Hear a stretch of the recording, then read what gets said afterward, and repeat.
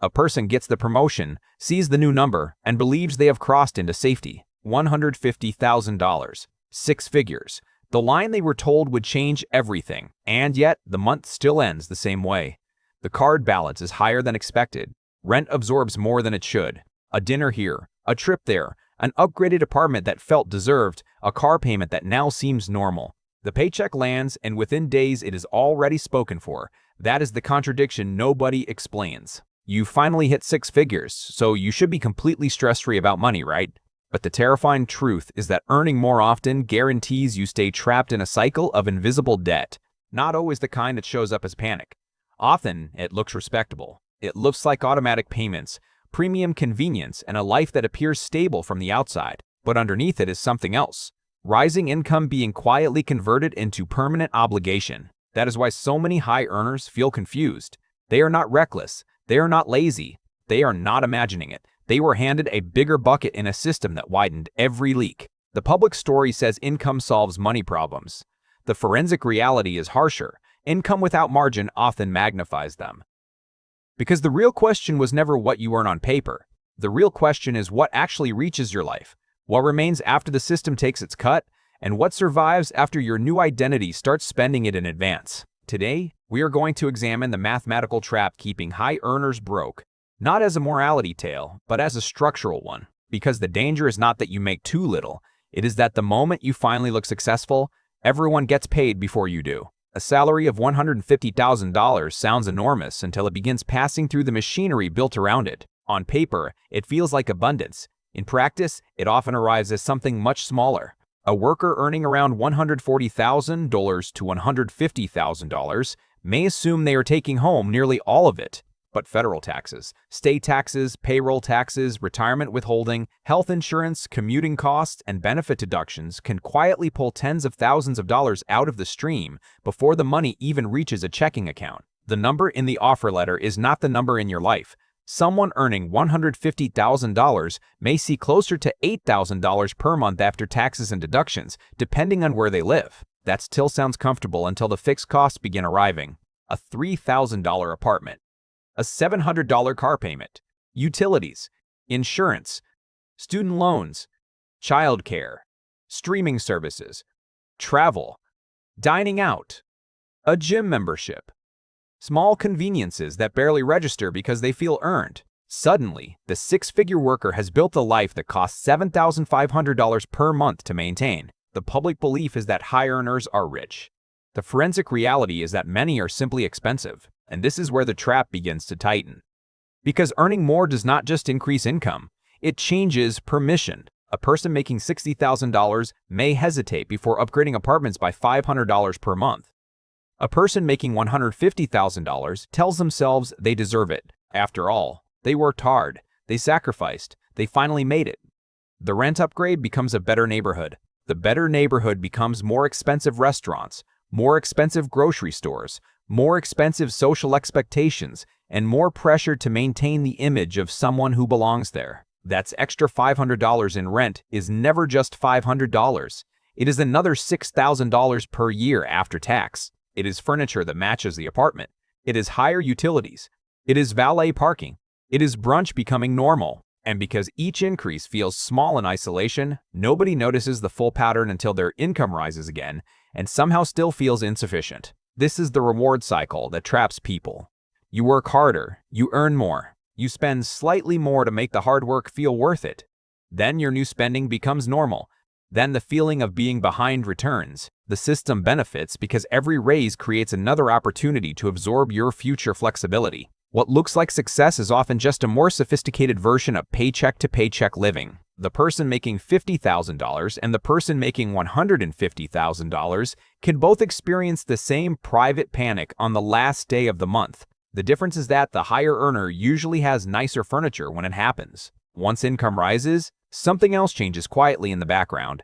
Your reference group changes. The people around you begin earning more, spending more, and treating expensive habits as normal. A $22 lunch becomes standard. A weekend trip becomes routine. A birthday dinner becomes a $300 night because nobody wants to be the person checking prices. This is where many high earners enter what can only be called the peer pressure vacuum. No one directly tells you to spend more. That would be too obvious. Instead, spending becomes the language of belonging. The new coworkers live in better neighborhoods. They take nicer vacations. They wear cleaner clothes, newer watches, more polished versions of success. The promotions, the social circles, the conferences, the weddings, the group trips, all of it quietly redefines what normal looks like. The dangerous part is that this pressure rarely feels external. It feels like choice. A person tells themselves they want the luxury apartment, the upscale gym, the premium airline seat, the expensive dinner, and maybe they do, but often they are responding to something deeper. The fear of falling behind in a room where everyone else appears to be moving up effortlessly. That appearance matters, because most people do not know who is wealthy and who is simply financed. At a dinner table full of high earners, the person paying for everyone may not be the richest person there. They may simply be the person with the highest credit limit and the greatest need to signal status. That is one of the most expensive misunderstandings in modern life. Visible spending and financial strength are not the same thing. In fact, they often move in opposite directions. The person quietly bringing lunch from home may have a growing investment account, no car payment, and 6 months of cash reserves. The person posting photos from a luxury resort may be carrying revolving debt, depending on next quarter's bonus to clean it up later. The public story says high-income social circles are proof of success. The forensic reality is that many of these environments function like spending escalators. Every friend group has an invisible price of admission, and the cost is rarely just financial. It is emotional, because the more someone spends to keep up, the harder it becomes to step back. A cheaper apartment begins to feel like failure. Saying no to a trip feels embarrassing. Driving an older car feels like falling behind. This is how people become trapped inside lives they cannot comfortably afford, not because they are irresponsible, because they slowly lose the ability to tell the difference between what they actually value and what their environment taught them to want. That is the real danger of social FOMO. You are not afraid of missing the dinner. You are afraid of missing the identity that dinner seems to represent. Banks understand something about high earners that high earners often do not understand about themselves. A rising salary is not just income, it is collateral. The moment someone begins earning more, the financial system starts opening doors. Larger credit card limits, bigger mortgage approvals, luxury car financing, personal lines of credit, exclusive rewards programs, premium travel cards. Better terms. It feels flattering. It feels like proof that you have arrived. But lenders are not rewarding discipline. They are positioning themselves between your present income and your future labor. A person earning $150,000 may suddenly receive a credit card with a $30,000 limit. They may qualify for a mortgage far larger than they expected. They may be told they can comfortably afford a luxury vehicle because the monthly payment fits the budget. This is where many people confuse access with affordability. Just because a bank will lend you the money does not mean your life can safely absorb the obligation. The bank sees your salary as predictable, but your actual life is not predictable. A layoff, a health issue, a bad quarter, a shrinking bonus, a parent who needs help, a child who suddenly requires more care, an industry downturn, a recession. The financial system approves debt based on the assumption that tomorrow will resemble today. History says otherwise. During periods of economic stress, the people who struggle first are rarely the visibly poor. Often, it is the overextended middle and upper middle class. They have larger houses, more debt, higher fixed costs, and lifestyles that require every paycheck to arrive on time. This is what happened during the 2008 financial crisis. Many households looked prosperous from the outside. They had strong incomes, rising home values, and access to easy credit, but they had very little margin. The moment housing prices fell, jobs disappeared, or refinancing became impossible, the entire structure collapsed. The public story blamed irresponsibility. The deeper story was that millions of people had built their lives around assumptions that no longer held. That pattern still exists today. In many ways, it has become more sophisticated. Now the debt comes wrapped in better branding. It arrives through phone apps, buy now, pay later plans, luxury subscriptions, premium cards, and smart financing offers. The language is softer, the psychology is cleaner, but the mechanism is the same. Future labor is being spent in advance. That is why good credit can become dangerous.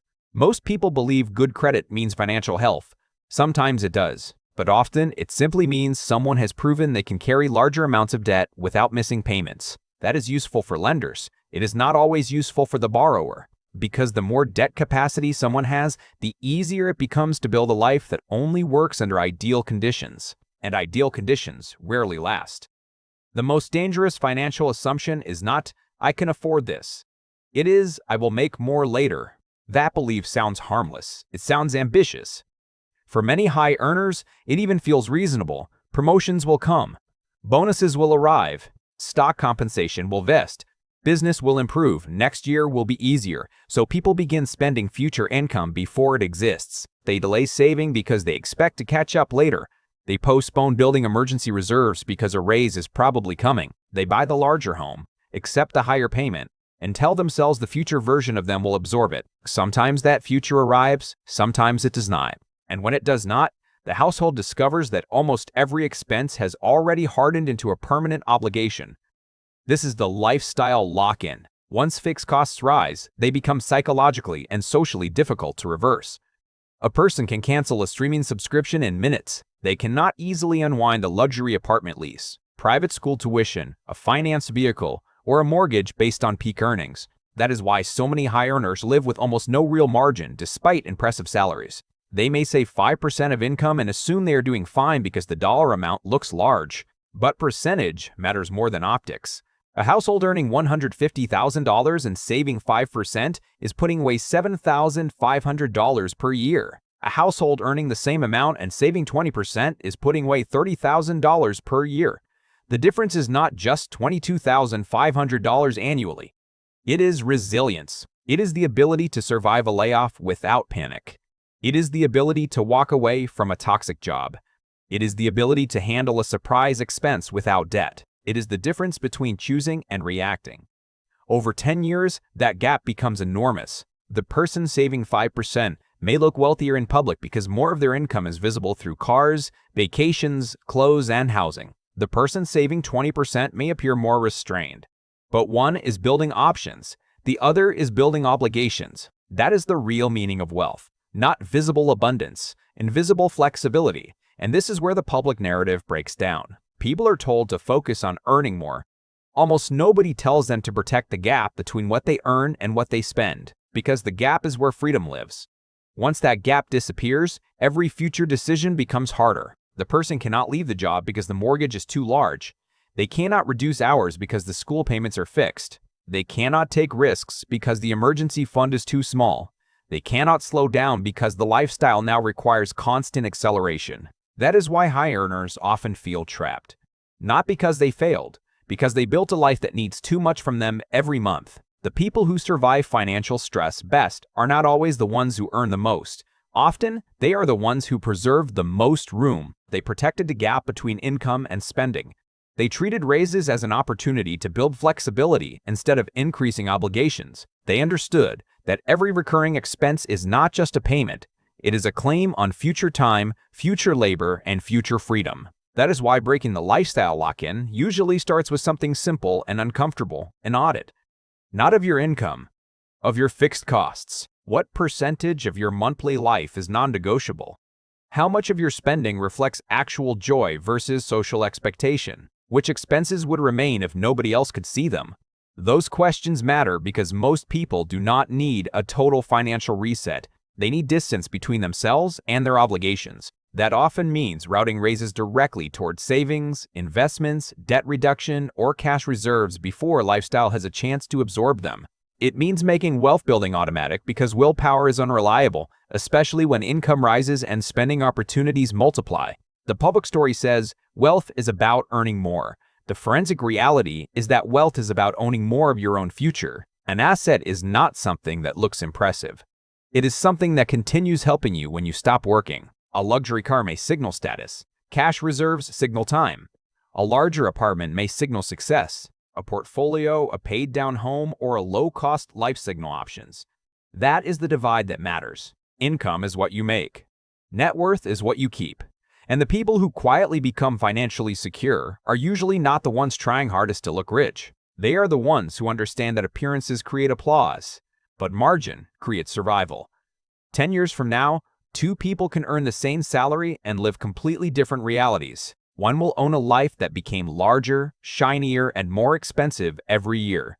The other will own a life with room to breathe.